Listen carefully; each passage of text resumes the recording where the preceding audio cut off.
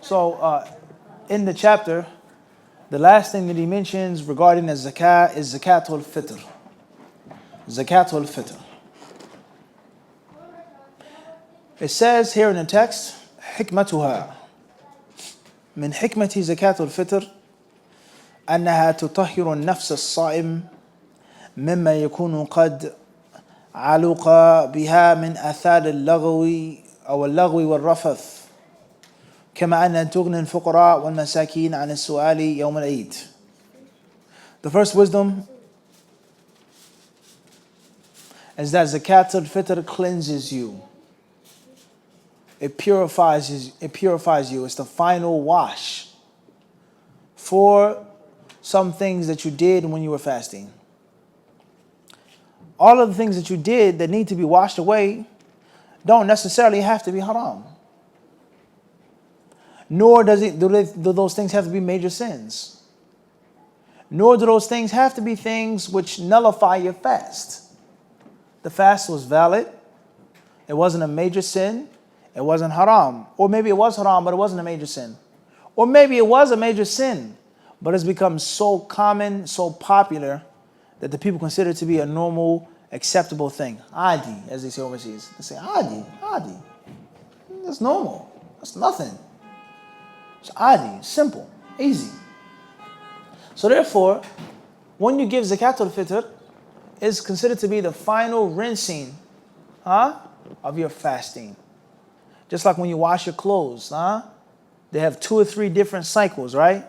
Different rinses, different washes. And they give you a final rinse to make sure that there's no soap, there's no powder, there's no chemicals that are going to remain in your clothes. Correct? You take out your clothes, you hang dry them or put them in a dryer, etc. So this is what zakat al-fitr is supposed to be. It's supposed to be that final polishing and that final cleansing of your fast. Of what? He says, min al-laghu. He says, baseless talk. Idle talk. Whatever the baseless and idle talk is about. Making a joke, sitting around gossiping, talking about sports, talking about politics, talking about this and talking about that. Once more, they don't have to be haram things. It doesn't mean that those things are things which aren't needed. But while fasting, and in the manner in which people talk about politics. How many people talk about politics to change and to make a change and to make a difference? How many? Most people, they talk about politics just to talk about it. Just to speak about it. This leader, that leader, this country, they just talk about it. And it busies them and it preoccupies them from other things. Or sports, or jokes, or other things in the modern social world. Everybody clear on this? Let alone actual obscenities, rafath, lewdness. Talking about women. What she looked like and with this and I heard that and such and such and such and such and such and such. It's well known. We're talking about men. Everybody clear on this? Actual cursing, speaking profanities, saying obscenities that don't necessarily break the fast. But it takes away from the reward of the fast. It leaves a scratch or a dent, a chip in the fasting. It's not filthy dirty. It's not soaked and saturated in dirt, but there's stains and spots. So the zakat al-fitr is supposed to do what? Clean all of that up. Everybody clear on this? And there isn't a culture or a race or a place or a religion or people that don't have these issues, because these are issues of human beings. At work, when it's lunchtime, what do people sit around and do? Just want to talk. Everybody clear on this? They want to socialize.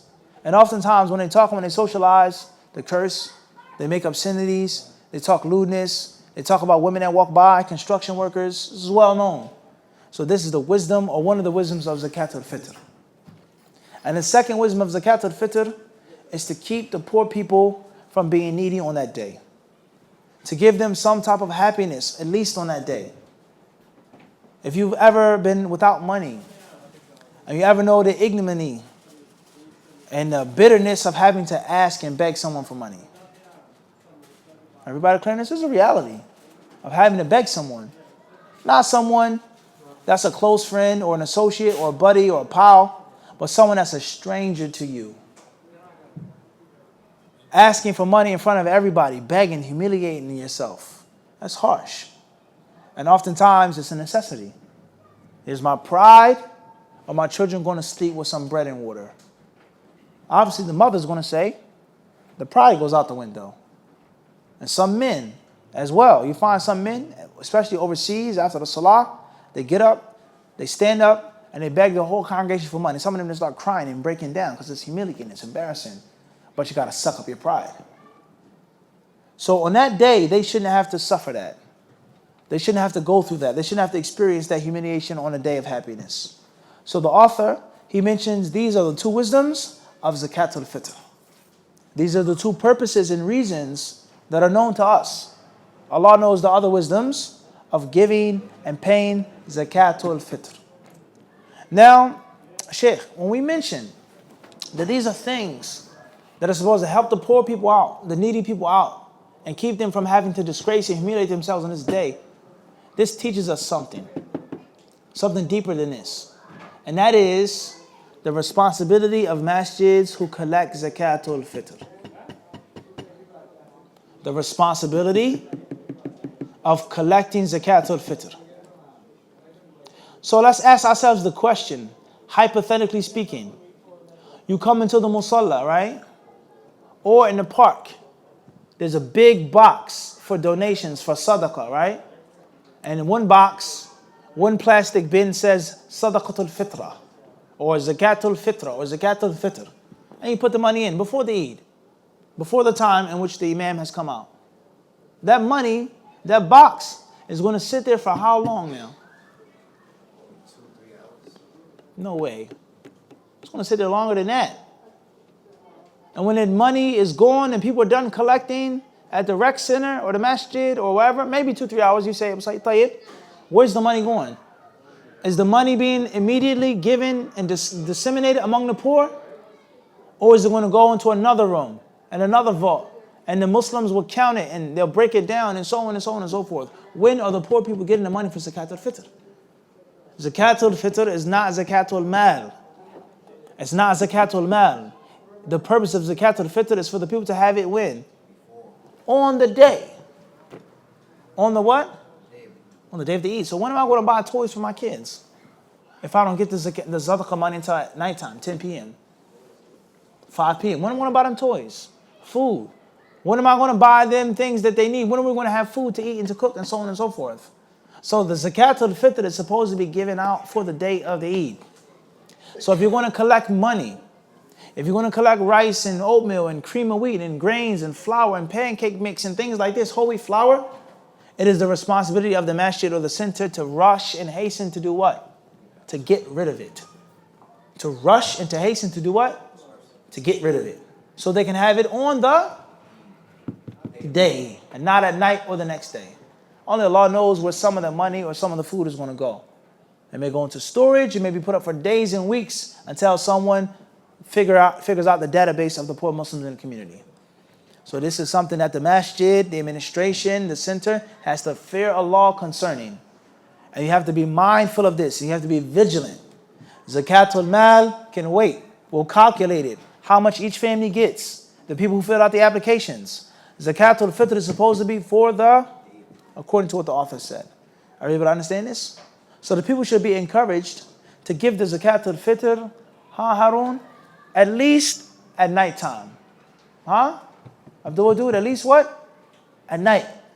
Give it out after Maghrib for Isha, and then have a squadron of brothers or sisters, a team that have the people already listed to give out the money at night.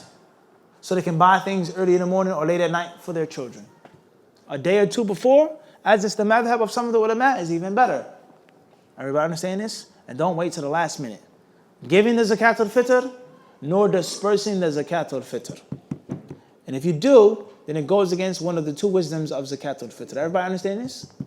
Everybody clear on this? This makes sense? We can all agree on this, inshallah. But it's very subtle danger. It's a very subtle danger. Everybody understand this? Let alone if the Sadaqat al-Fitr or Zakat al-Fitr doesn't go to the poor, but it goes to the maintenance of the masjid. or the imam's stipend, or this fund, or this brother, or this and that. That's even more dangerous. Everybody clear on this or not? Donations, zakatul mal, perhaps things like this. But sadaqatul fitr is supposed to be what? Sadaqatul fitr. Everybody understand this? Tayyib. The next point, the author says, مقدارها وأنواع الأطعمة التي تخرج منها.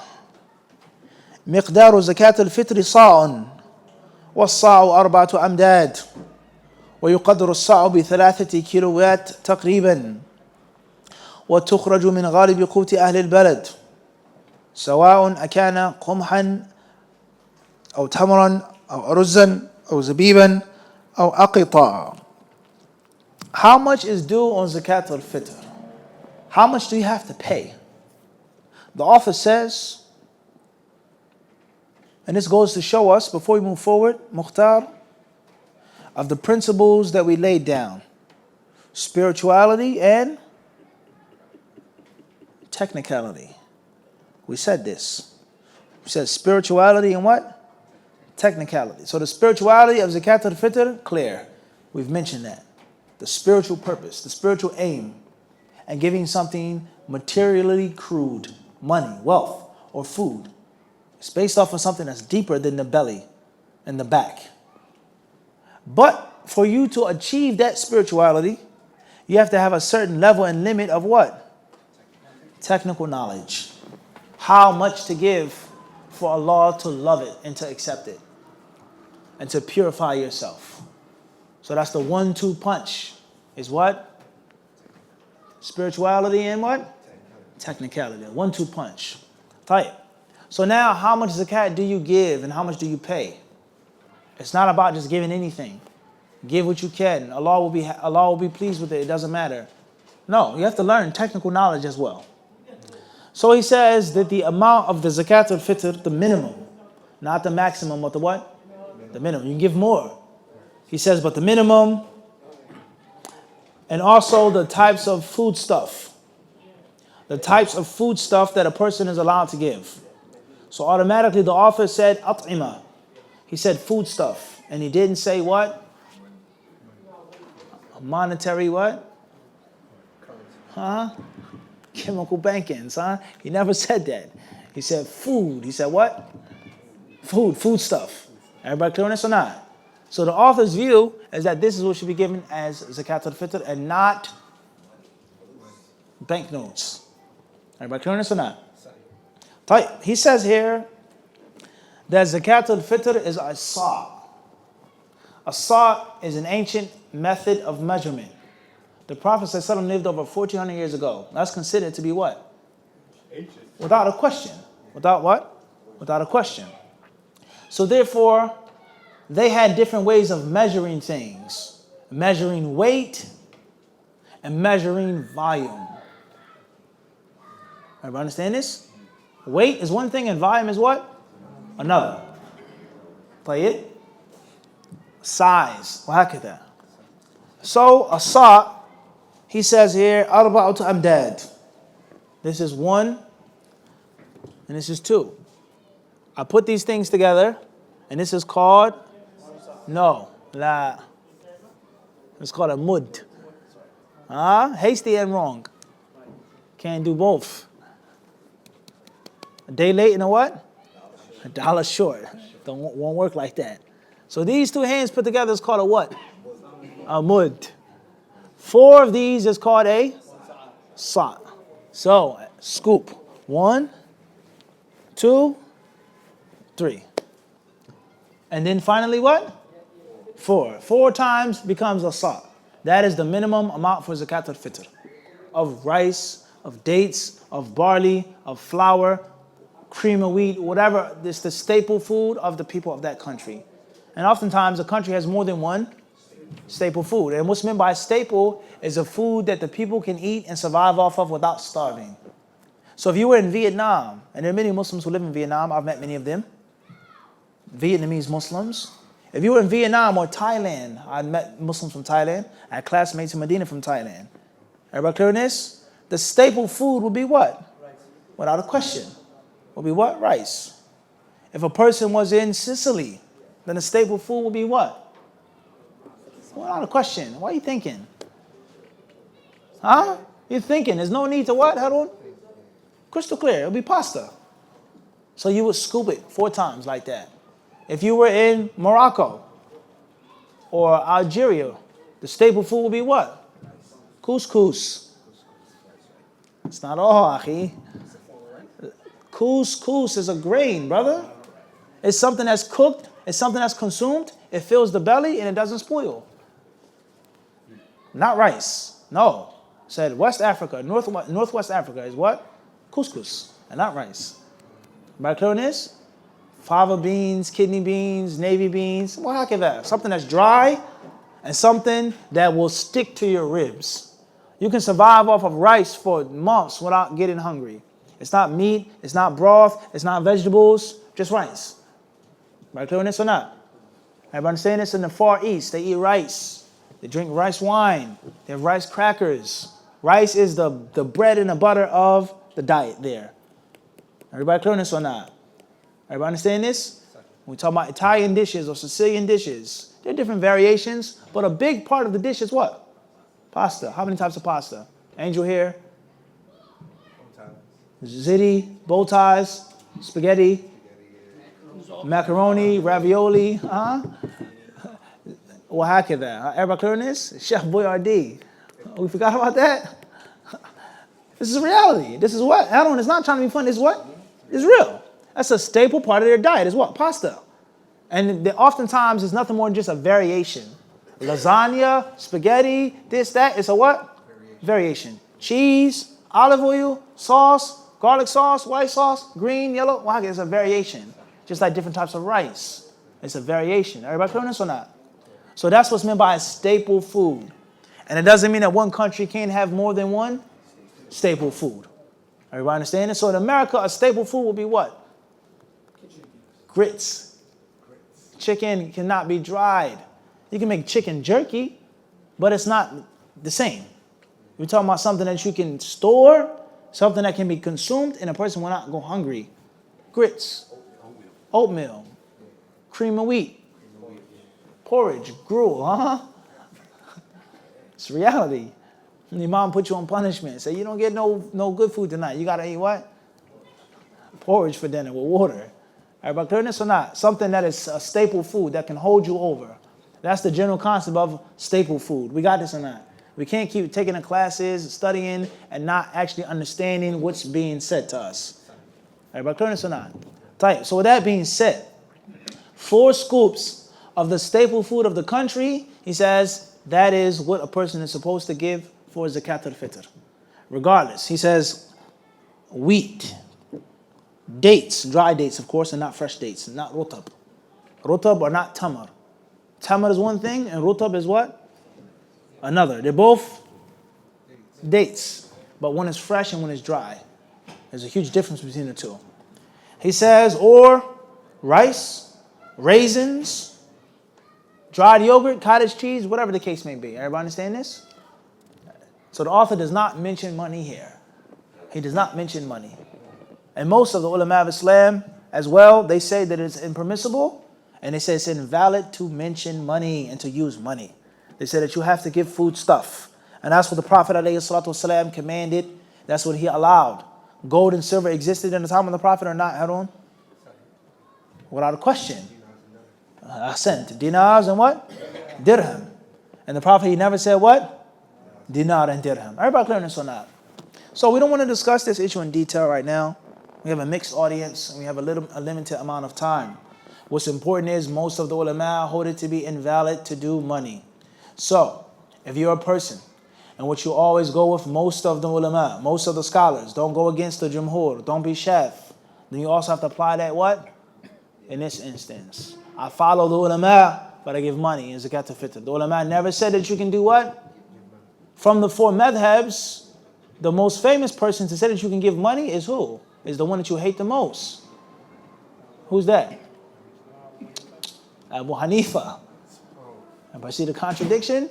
Abu Hanifa's views are all bid'ah. Except for this one though. We take his view on what? On convenience and ease. Everybody understand this? And there are other ulama who have the view that you can give money as well, but we're talking about from the 4 schools. There are others as well, but this is the main one. Everybody clear on this? So there are many of the tabi'in who buy things. And if you also want to give money to help them out, then that's good as well. I'm sure it was a time when you lost your temper, you got into a fight, you put your hands on someone, you took a second look at that woman walking by. Everybody clear on this? So you need to give more. Clean yourself. Certain things that you do at your job that are haram. Your job may be permissible, but there are certain aspects which are what? Involve riba, involve harming Muslims. So you always give extra sadaqah, and you always give extra zakah. As we have explained in the chapter of zakat, you always give extra what? Zakat. If you owe $400 or $200 or $1,000, how much money you have, you always give a little what? A little extra. Just like when you cook, you have a recipe. They say a tablespoon or teaspoon. You do what? You do a pinch of salt. Everybody understand this? For the flavor. You never just use the bare minimum. Everybody clear this or not? Sahih? You go to the gas station, Uncle Faz, what do? When the meter says $40, $50, what do? You keep what? You make sure you get every ounce of that good old gas, petrol. Everybody understand this or not? So why be cheap when it comes to your what? That diesel. Why be cheap when it comes to your what? Your spirit. Everybody clear this? Focus out on. I just focus on me, inshallah. Tayyib. Everybody clear this or not? Everybody understand this? Is that when you give zakat al-mal, never just give the minimum, but give an extra 20, 50, 10, whatever, give more. And the same applies to zakat al-Fitr. Give the food stuff, and people, they say poor people need money today. If we all give them rice and beans, how are they going to cook it if they have no gas? What are they going to wear? Where are they going to go? How are they going to come to the Eid? They need money, which is true. But nothing stops you from giving money as well. So you give your salt, and here's $100. I have 10 bags of things from my family, my children, my wife, this, and that, and it's $500, $200. There's nothing wrong with that as well. Everybody understand this or not? So the safest thing to do is to pay zakat al-fitr with food stuff and not with dollar bills. Everybody clear this or not? Is it permissible to use dollar bills, whether it's a necessity or not? That's the view of many of the ulama of the past, but not the majority. Everybody clear this or not? Everybody understand this? Khairan, inshallah. As far as if you're going to give money, then it's going to be approximately $7 or $10, $7 to $10. One may even say $5, depending on what you buy. But let's say $7 to $10 for each person. So if you're getting rice and grain, then you have 4 scoops with 2 hands, not super long, big hands, brolic hands, nor small, petite hands. Everybody understand this? Normal size hands. So if you have really, really large hands, then it may be only 2 scoops that you do. And if you have really, really small hands, then you may have to have 6 scoops, mathalan, or 8 scoops. Everybody clear this or not? The average size hand. That's what the ulama of Islam say, that which is average. Obviously, average depends on place to place, race, and age. Everybody understand this? Everybody clear this or not? We understand this or not? Everybody got this? That's how you scoop your zakat al-fitr. Obviously, you paying money and putting it in an envelope and sticking it in a box has nowhere near the amount of symbolicism as you're going to the store and doing what? Scooping it and bagging it up, knocking on the door and have power over and slaughtering them for the sake of Allah subhanahu wa ta'ala. It isn't the same. It's of no comparison. Getting your hands what? Dirty. The barakah, the rewards, the expiation of the sin. Everybody understand this? And you making sure that it's done what? Properly. You put the money, you give the money, you don't know where that money goes. So we have to be mindful of this. So if you're going to pay the money, then it should be $7 to $10 for every head in your household. People that you're in charge of. People that are dependent upon you. People who are beneficiaries of you. So you have a wife, you have 2 daughters, you have 3 sons. Your granddaughter lives with you. You take care of your grandchild. The people that you're responsible for, you're going to pay $7 or $10 for what? Each one. Or you're going to give the 4 scoops for each head. If a man has 2 wives, 3 wives, 4 wives, he has to do what? The same as well. Some of the ulama of Islam, they say even if your wife is pregnant, pay the zakat for the baby in the womb. For the bun that's baking in the oven. They say pay the zakat for that as well. Fetus. Everybody understand this? So this is how you pay your zakat al-Fitr. And zakat al-Fitr, it should be paid before the imam commences to make the salah. And the zakat al-Fitr should be given to Muslims who are normal recipients of normal zakat. Normal recipients of normal zakat. So how can you properly do zakat al-Fitr if you're totally ignorant of zakat al-Mal? And that's why we always say from one thing you learn what? 10,000 other things. One weakness leads to a what? Another weakness. So if you're totally clueless about zakat, then it's a big possibility that you're going to be clueless about zakat al-Fitr. And that's why every Muslim is supposed to be fundamentally sound of his or her deen. Every Muslim is supposed to know the basics of zakat, the basics of Hajj. Even if you haven't made Hajj yet, if you're too poor to make Hajj, you're supposed to know the what? Simple basics of it. And then when something comes up, when it's time to perform the ibadah, the specific season comes, you get more knowledge. Alaikum salam, you learn more knowledge. You gain more, you refresh, you review. Everybody understand this or not? So therefore, that is zakat al-Fitr with regards to the amount and with regards to the people that are to receive it. وقت وجوبها ووقت إخراجها تجب زكاة الفطر بحلول ليلة العيد وأوقات إخراجها وقت جواز وإخراجها قبل يوم العيد بيوم أو يومين لفعل ابن عمر ذلك ووقت أداء فاضل وهو من طلوع فجر يوم العيد إلى قبيل الصلاة لأمره صلى الله عليه وسلم بزكاة الفطر أن تؤدى قبل خروج الناس إلى الصلاة. When do you give zakat al-Fitr? He says zakat al-Fitr becomes obligatory. It becomes obligatory on the eve of the Eid, the night before the Eid. Now you have to give it. That's when it becomes obligatory. When the night before the Eid comes, now the clock is ticking. The clock is what? It's ticking on the time in which you have to give the zakat al-Fitr. Everybody understand this? Before then, it isn't mandatory to be given. Is it permissible to be given before then? That's a different story. But it isn't what? Mandatory until then. He says, and there are two times of paying zakat al-Fitr. Two categories. The first is when it's permissible, and the second when it's best. The permissible time and the best time. This has nothing to do with when it becomes mandatory. Once the time it becomes mandatory, that's a different story. So there's a time in which it's best, and there's a time which is a bare necessity. As far as the time when it's permissible, he says, then 1 or 2 days before the Eid. 1 or 2 days before the Eid is permissible. The author's view, based off of what Abdullah ibn Umar, the companion, the son of Umar ibn Khattab, did. He would give his zakat al-Fitr 1 or 2 what? Days before. And Ibn Umar radiallahu ta'ala anhuma was well known for being someone who loved the sunnah. All of the companions loved the way of the Prophet, but someone who's very, very passionate. A great deal of fervor for the sunnah and following the Prophet ﷺ in everything, even the literal things that weren't necessarily religious or spiritual. Everybody clear on this? The things that weren't necessarily literal or spiritual, when the Prophet ﷺ used to relieve himself. When Ibn Umar traveled, that's what he would go and relieve himself.